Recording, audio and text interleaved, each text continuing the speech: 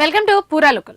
ఢిల్లీలోని జంతర్ మంతర్ వేదికగా cockroach Janata party ఆధ్వర్యంలో జరుగుతున్న ఆందోళనలు తీవ్ర ఉత్కంఠను రేపుతూ ఒక కొత్త మలుపు తిరిగాయి. సీజేపీ చేపట్టిన ఈ నిరసనల వెనుక దేశద్రోహ కుట్ర దాగి ఉందనే అనుమానాలు ఒక్కొక్కటిగా వ్యక్తమవుతున్నాయి. ఖలిస్తానీ వేర్పాటువాది సిక్స్ ఫర్ జస్టిస్ నేత గురు పత్వంత్ సింగ్ పన్ను నిరసనకారులకు ఏకంగా భారీ ఆఫర్ ఇచ్చినట్టు ఉన్న ఒక వీడియో సోషల్ మీడియాలో తీవ్ర కలకలం రేపుతోంది.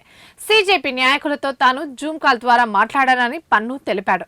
కేంద్ర ప్రభుత్వంతో ఎలాంటి చర్చలు జరపొద్దని ఆయన వారికి సూచించినట్టు కూడా పేర్కొన్నారు.